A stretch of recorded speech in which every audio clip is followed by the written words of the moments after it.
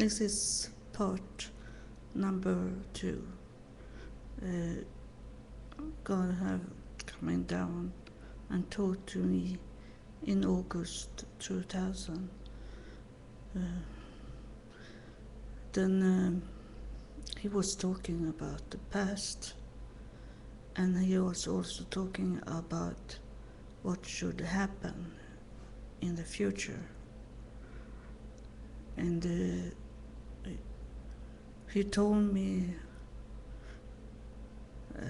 incredible things that should happen in my life. And I was sure that I should be staying in Sweden with my cheating husband and live a life boring, and or maybe take my life. So I couldn't really take it in when God was talking to me that I should do all these things that he told me that I should. But now, looking back after 9 years, I can tell that everything have happened that God told me that should happen. And it was one time he was talking about giving birth. I don't want to tell everything what God told me, because it's very much about my daughter, and I don't have her permission to tell. It have to be her story one day when she want to tell you how she come to know God. But it was about birth, giving birth. And that can be that you're giving birth to something very much spirit things, like a church, giving birth to a church, or giving birth to your new you, giving birth to a baby. There is many births it can be. And but he said something about birth that was so I started to laugh inside me, and I was thinking that it can't be God, because God should know much better than this, that these things can never happen. I was thinking like that. I didn't believe that was God that was talking. And suddenly was it like God heard my thinkings. And so he said to me that you laugh like Abraham and Sarah did. He said, and I didn't know the Bible so well, but I remember a little about Abraham and Sarah, that they were too old to get any kids. But now it doesn't need to be babies. It can be other things, and then you are not too old to start a church, for example. So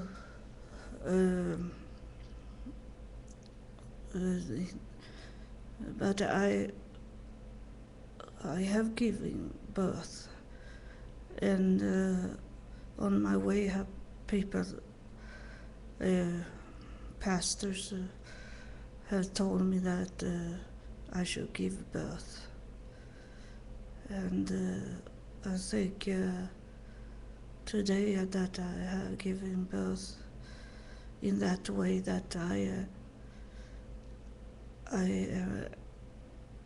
am not frightened to tell the truth. I want to tell the truth now. From 2010, I am not going to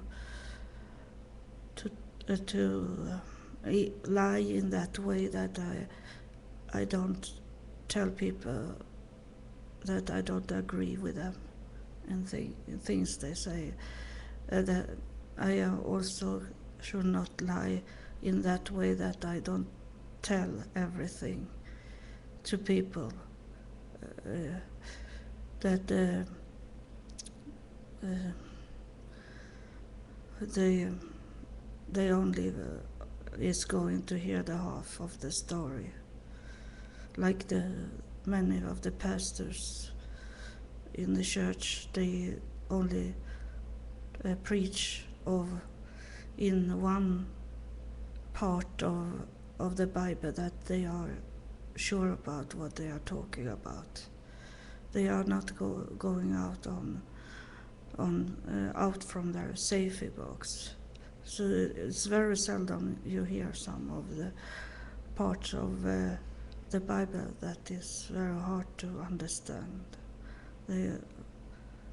Mostly they talk about Matthew, Luke, Mark, and these chapters that is easy to understand, but they don't want to talk about the Old Testament because it's so hard to understand.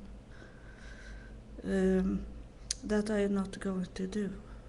I'm going to tell everything I know and everything that God is telling me. God gave me many dreams also, and I tell people that the dreams I get, because sometimes have the dreams been to other people that I don't know, and because God knows that I'm going to tell the dreams to everyone. So that's why He give me dreams to tell someone that I don't know about, because it's reach these people anyway when I do this. So I'm going to be very clear in this year 2010, and that's why I do this video. And I started to plan to leave Sweden and leave my husband and leave my daughter and leave my work I had.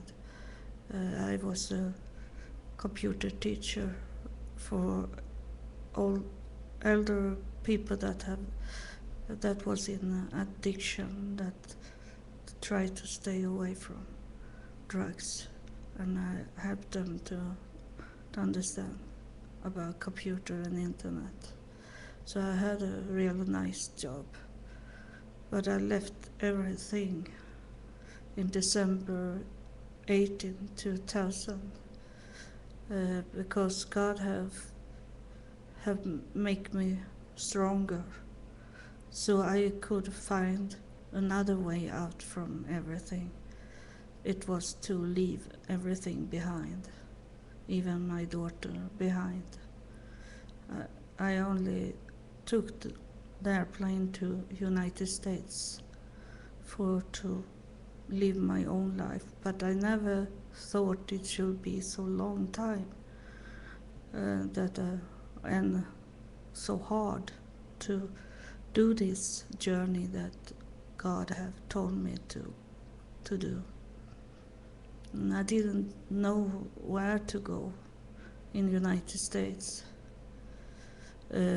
So I chose one city where I was curious about, and that was Seattle in Washington State. When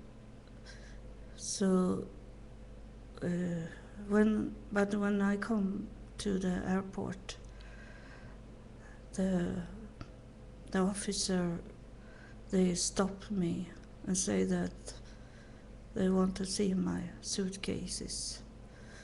And the bad thing was that I have my passport, my old passport that I had in Texas, and my husband lied for me and say that I was allowed to stay in in United States, in Texas, for 1 year, so I didn't need to do a visa. So the officer in Seattle, they saw that I had been staying too long in United States. And then they found some papers that I was had educations in PhD education at the university, and my education in computers.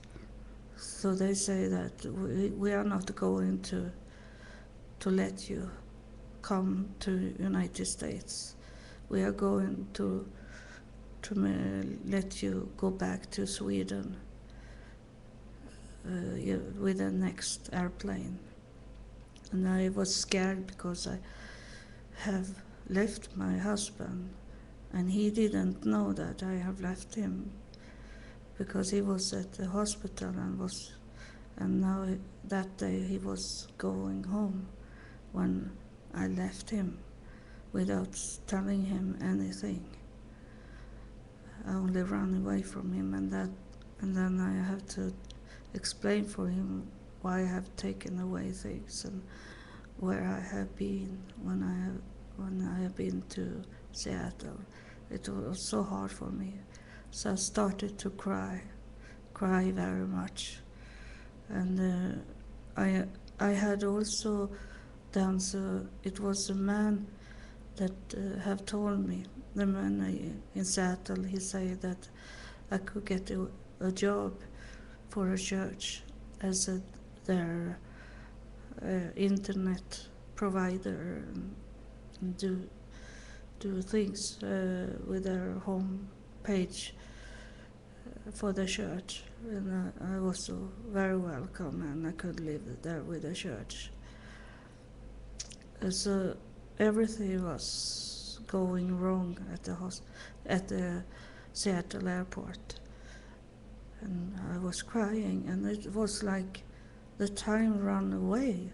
It was like I had only was crying for 5 minutes, but when I look up and in the office there in the waiting place, it had been about maybe 300 people was sitting and waiting to talk to this officer in the office. And when I look up, there was no person there. It was only me, and it was only one officer, and then also a security guard, a woman, and all the other people was gone. And I thought it only was 5 minutes I have been crying, and I have not heard them leaving the place. So the officer called me in, and then he looked at me and he said that I can help you to come into the United States. He said, if you lay your hand on the Bible, he said, and he took a Bible from his desk and gave to me, and he said, if you lay your hand on the Bible and say that, and promise that you are going to go to the office for the immigration and ask for permission to stay in the United States, you can stay in the United States. I will help you, so he said. And I was not thinking that I should go to the immigration, and I didn't believe in God in that time, so I only laughed inside me, and then I put a hand on the Bible and say, okay, I swear by the Bible that I am going. And then he took a paper and said, you have to pay $170 for to come into the United States, and then you have 1 month to do these things with the immigration, he said. And I was so happy, but then I'd be sad again because I didn't have that money. My husband, he was drinking up everything, so I had zero of money. I had only $50 in my pocket, but I didn't have any money on the bank account. But I was willing to do anything. So the security woman, and I was going to the ATM machine to get those money that didn't exist. So I had one bank card from Texas, and one card from Sweden, and I put it in, and of course it says that I have no balance on my account. And I took the other also in Texas, and it was no money on that. And then this woman said, "Let me help you. Maybe you put wrong in." So she took my Swedish bank card, and out did come $100. And that's the first time I was talking to God, and I said, "God, that was not enough. What to do?"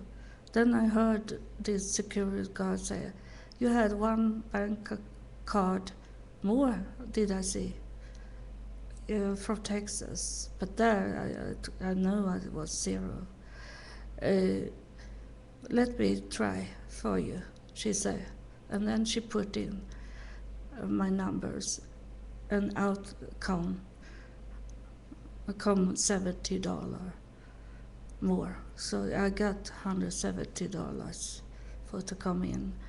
I believe that God had put an angel behind me as a security guard. I think the security guard was an angel. So I could pay the money to stay in United States. But then I didn't know what to do, because it have taken 3 hours, did I say, at the clock. And I didn't believe that the man from the church would be there waiting for me for 3 hours. So I was confused with $50 what to do, and don't know anything about Seattle. But then the officer come and said, "By the way, it was a man here that have asked for you in 3 hours. He say that he's on the parking lot and waiting for you to bring you to the church." It was amazing that he have been waiting for me in 3 hours, and he didn't know me at all. He could only take the car and drive away, and I have never thought. I have never knew what it was for a man that have drive away from me. That was the first miracle God did for me in United States, and I will tell you more about more miracle ways He did for me. Very amazing things. In the next part. So wait for part number 3 of my story,